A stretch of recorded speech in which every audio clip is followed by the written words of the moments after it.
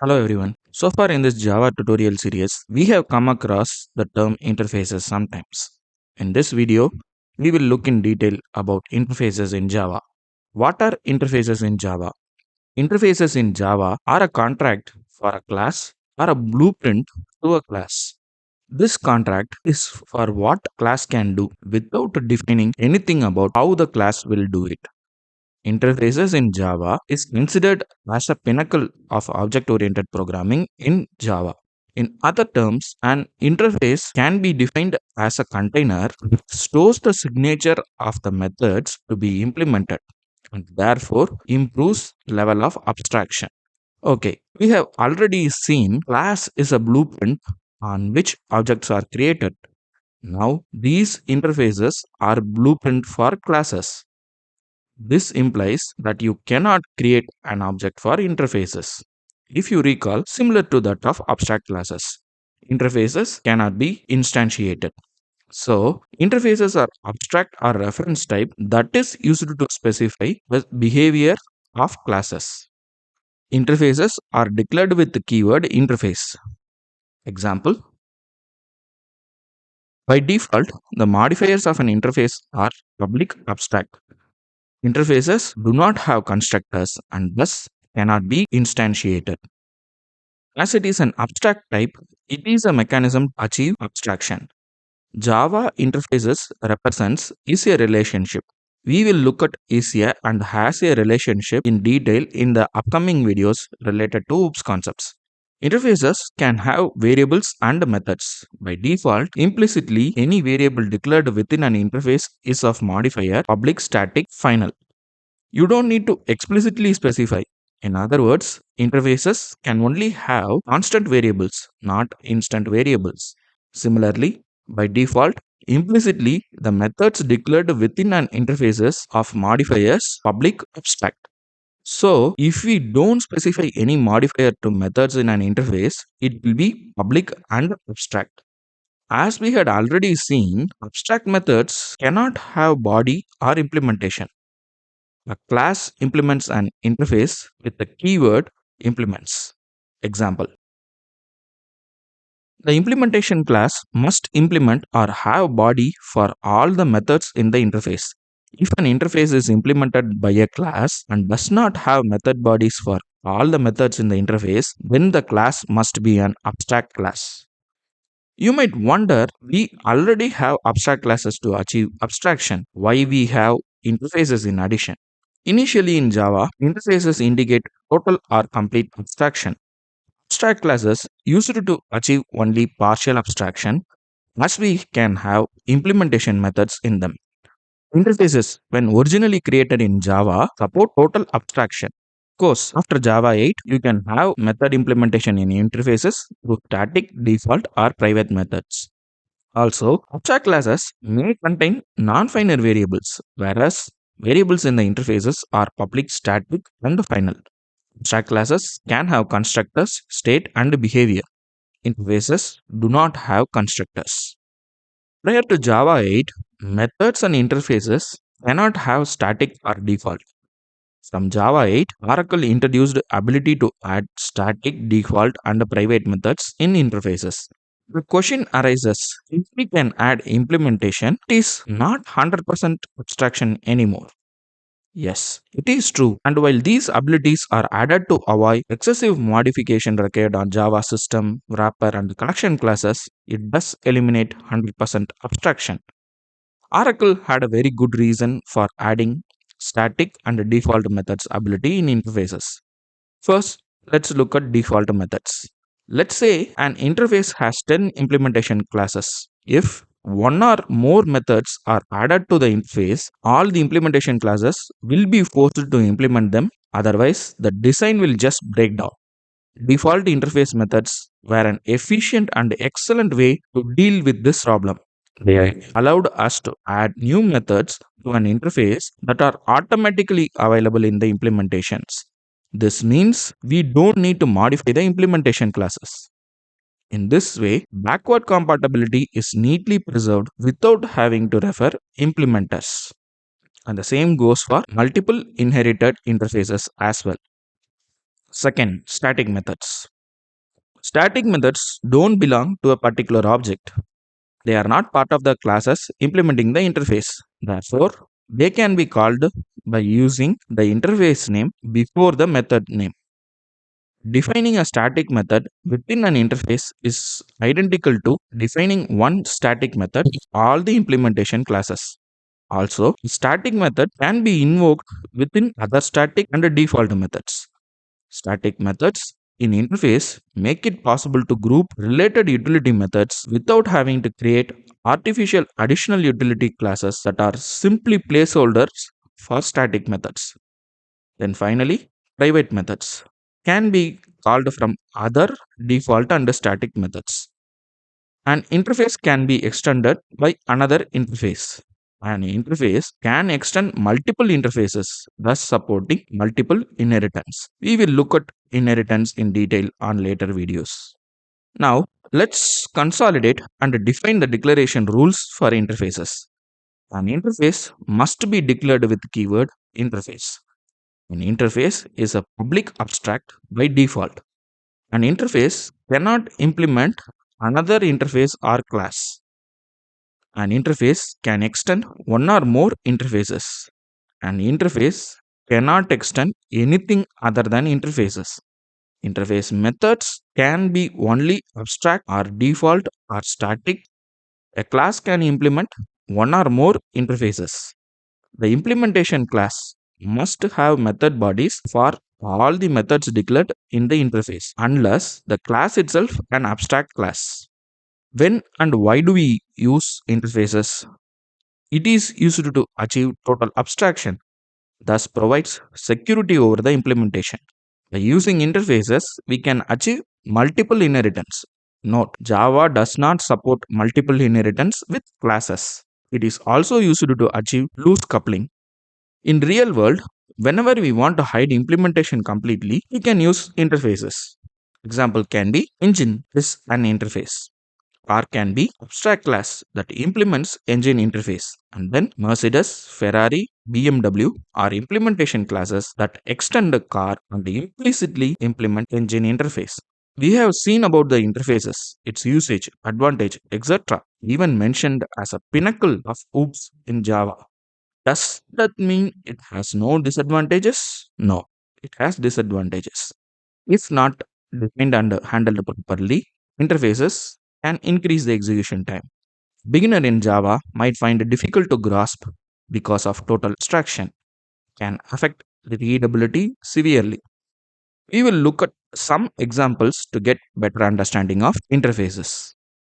First, in order to understand and explore interfaces completely, had created an interface sample interface.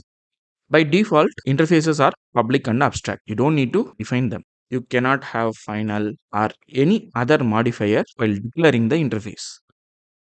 We are defining a constant variable.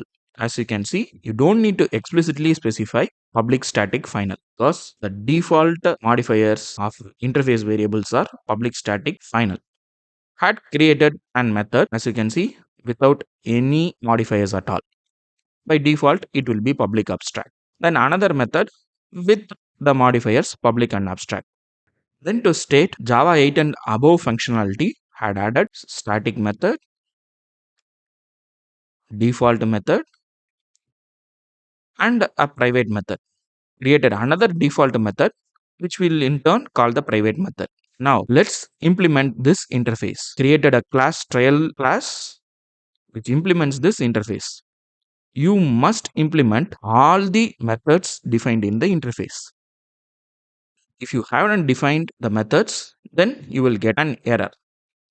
As you can see, class trial must be either declared abstract or implement abstract methods in the interface. So we only need to define the abstract methods.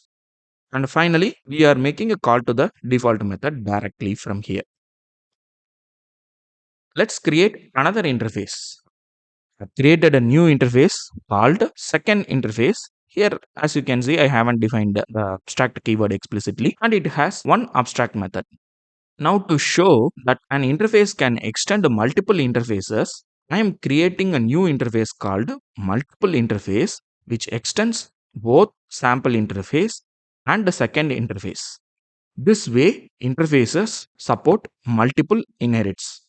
Going to create another class for this multiple interface. So as you can see, I had created a class multiple interface sample class that implements multiple interface. Since it is implementing multiple interface, we need to have the implementations of both sample and the second interface and also the abstract method defined in the multiple interface. If we don't define any of this method implementation, then we will have error. So you can see, if we miss any one of the implementation methods, we will be having an error. Then had created one more class called sample abstract class. So this is an abstract class which is going to implement the sample interface. Since it is an abstract class, I don't need to define the implementations here. Whereas the class that is extending this abstract class will have the implementation of interface methods. So the abstract class implements the sample interface. We don't need to have the implementation body in the sample abstract class itself. Created a class sample child class that extends sample abstract class. As you can see, in the sample child class, defined the method implementation of the interface as well as the abstract class abstract method. Once again, the auto override is only for better understanding, which I prefer to add. It is not necessary. I had created a class demo interface with a public static void main to check whether we are getting the expected output. First, to call the static method in the interface, we don't need to create an object, of course. For interfaces, we cannot create object. Directly, interface name dot the static method. Then we can access the constant variable defined in the interface directly through the interface or the class that has implemented the interface. All the classes that implemented the interface will have the constant variable as well. Since it is a relation, every variable available in the interface can be accessed from class itself. Creating an object for the trial class, you cannot access the static method from the trial class. The static method defined in the sample interface can be accessed only from the sample interface, not the implemented class. For the trial class object, I'm calling the different methods we had defined the implementation. While creating objects, we can create the object through the interface definition itself. So here, as you can see in the second example, sample interface trial class object equal to new trial class. This is an interface I'm defining, whereas the object is created for the trial class. This is one of the best ways of defining or creating objects that has an interface. Whenever in Java programming, where you have an interface for the class that you are aware of, it is always suggested use the interface, create the object for the implementation classes. You will be seeing like this code a lot more than directly creating object for the implementation classes. So we can call whatever the method we want from this object. Then I am creating an object for sample class and of course calling the methods in it.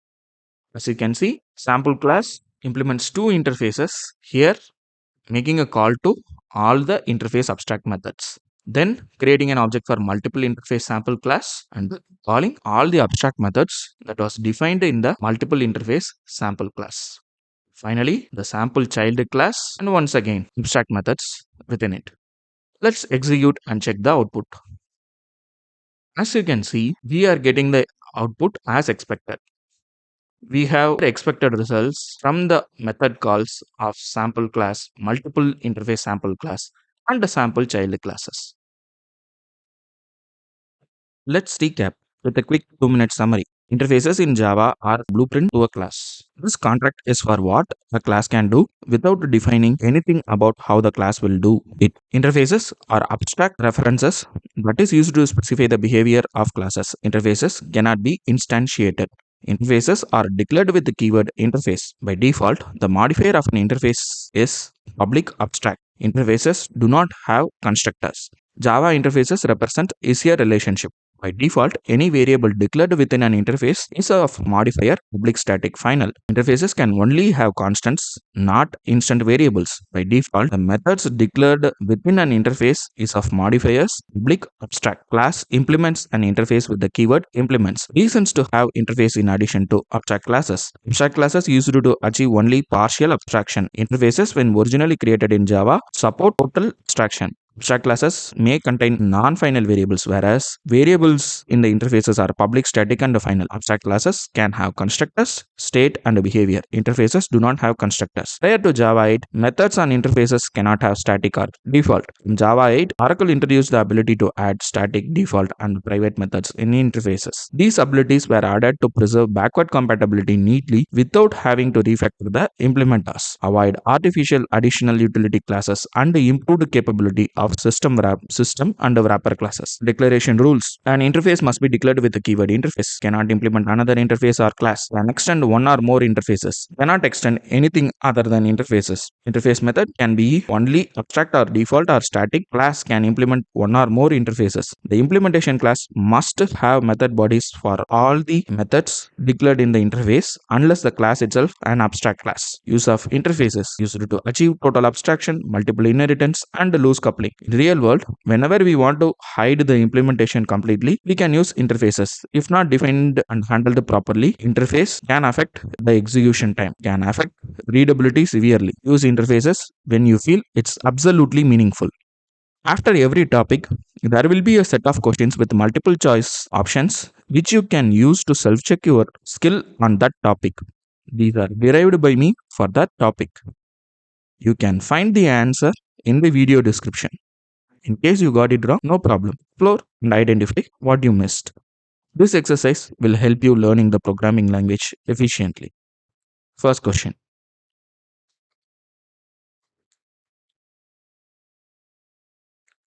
Second question.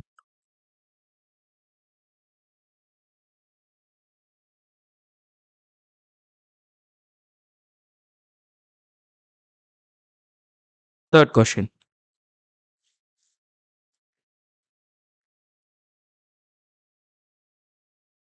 Fourth question.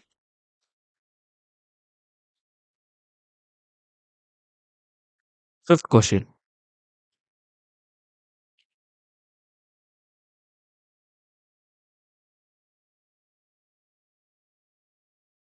Try out by creating interfaces and classes similar to the example shown in the video.